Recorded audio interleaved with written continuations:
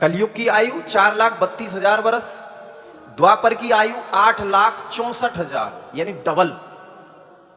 द्वापर जिसमें भगवान कृष्ण आए। त्रेता की इससे भी ज्यादा 12,96,000 वर्ष जिसमें भगवान राम आए। और इससे भी ज्यादा है सतयुग की आयु 17,28,000 वर्ष। कलयुग सबसे छोटा है, लेकिन छोटा होते हुए भी यह कितना लंबा है, 4,32,000। और अभी इसमें से खर्चे कितने हुए हैं, मात्र 5,500 वर्ष। अभी सिर्फ 4,32,000 में से, यानी कलयुग कब आरंभ हुआ, भगवान कृष्ण जब यहां से चले गए उसी समय तो कलयुग आया। और आया तो उस समय जब भगवान कृष्ण चले गए, लेकिन कब्जा कब किया, जैसे कहते हैं ना जमीन पे। भाई मान लो किसी ने जमीन खरीदी, रजिस्ट्री तो करा ली, लेकिन उस पर अभी कब्जा नहीं लिया, कहते ना फिर बाउंड्री वॉल कराते हैं उसको चारों तरफ से, बोलो कब्जा हो गया। वैसे ही कलयुग आ तो गया था उसी समय जब भगवान कृष्ण यहां से गए, क्योंकि उनके साथ ही द्वापर चला गया, राम के साथ ही त्रेता चला गया था, और कृष्ण के साथ द्वापर चला गया था। लेकिन कलयुग ने कब्जा कब किया इस जमीन पर, पृथ्वी पर, लोगों पर, जब वो राजा परीक्षित पर अटैक किया। यानी राजा भागवत में सुना ना तुमने, राजा परीक्षित के बुद्धि में उस कलयुग ने प्रवेश कर लिया। सोचा राजा को कब्जे में कर लेता हूं, प्रजा अपने आप कब्जे में हो जाएगी, अपने आप सब बस में हो जाएगी।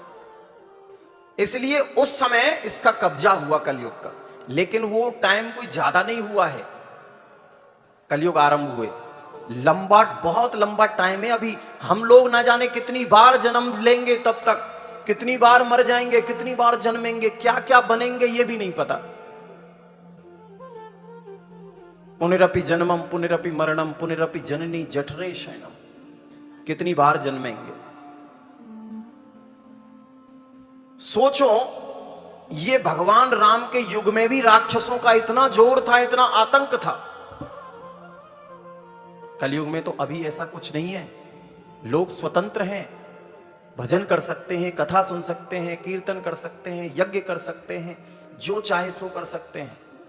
अभी इतना आतंक नहीं। लेकिन हां, जैसे जैसे कलयुग बीतता जाएगा, जैसे जैसे कलयुग अपनी जवान, अभी तो बचपन में है कलयुग, अभी तो बालक है, इतना ज्यादा कुछ कर नहीं सकता।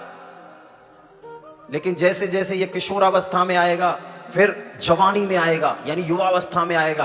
और जब युवावस्था में आएगा तो इतना आतंक फैलेगा कलयुग का, इतना आतंक सब पे कब्जे कर लेगा। इतनी आसानी से कथा सुनने को मिलेंगी नहीं, इतनी आसानी से यज्ञ करने को मिलेंगे नहीं। भगवान राम भी तो तब आए ना जब रावण का, राक्षसों का अत्याचार बढ़ गया था, तभी तो आए। वैसे ही जब कलयुग में इतना आतंक और अत्याचार बढ़ेगा, तब कल्कि भगवान आएंगे। एक और अवतार बचा है अभी, चारों युगों का अंतिम अवतार। कौन सा? कल्कि का। जब बहुत कलयुग अपनी चरम सीमा पर पहुंच जाएगा तब।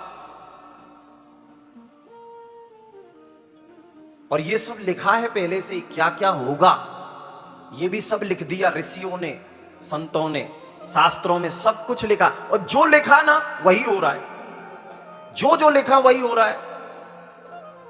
भागवत में नारद जी ने लिखा था, कहा था, तरुणी प्रवता गेहे श्याल को बुद्धिदायक है। बोले ऐसा समय आएगा, ऐसा समय आएगा, बोले घर में, स्पष्ट लिखा है। किसने कहा? नारद जी ने। नारद जैसे संत पहले ही कह गए, बोले कैसा समय आएगा कलयुग में, बोले तरुणी प्रवता गेहे श्याल को बुद्धिदायक, घर में नई बहू की चलेगी बस। ये कौन कह रहा है? नारद जी।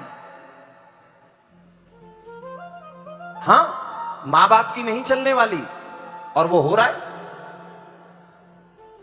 बेटे की शादी कर दी, बहू आ गई, बस या तो बहू की चलेगी या साले जी की चलेगी। हाँ, ये मैं नहीं कह रहा, पहले ही नारद जी कह गए। कोई नया काम घर में करेंगे, क्या कह रहे हैं नारद जी? कोई नया काम घर में करेंगे तो मां बाप से राय नहीं लेंगे लोग, ससुराल से साले जी को बुलाएंगे, बताओ ना ये कर ले। मां बाप बेचारे बैठे हैं, देख रहे हैं, माँ बाप ने कुछ कह दिया, तुम बीच में अपनी टांग मत अड़ाओ, पिताजी बस बैठे रहो, तुम बड़े बूढ़े है हो, अब तुम बुद्धि सटिया। कौन पूछता है? ये ऐसा हो रहा है, ये तो अभी शुरुआत है। सोचो, ये नारद जी कहेंगे। और हमारे ब्रज में एक कहावत है, साले जी हैं तो ना,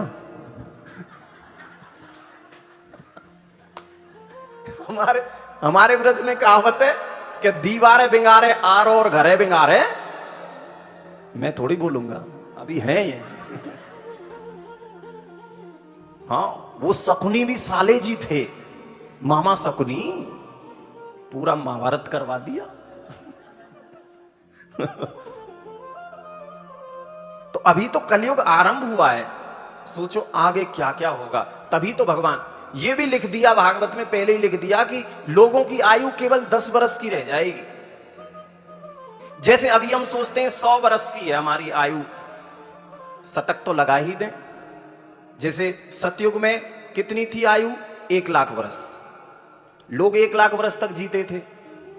त्रेता आया तो एक शून्य हट गई, कितनी रह गई? 10,000 वर्ष। द्वापर आया तो एक शून्य और हट गई, रह गई 1000 वर्ष। और जैसे ही कलयुग आरंभ हुआ तो एक शून्य और हट गई, कितनी रह गई? 100 वर्ष। और जब कलयुग का अंतिम चरण आएगा, बिल्कुल अंतिम यानी चौथा लास्ट, तो एक शून्य और हट जाएगी, कितनी रह जाएगी? 10। बस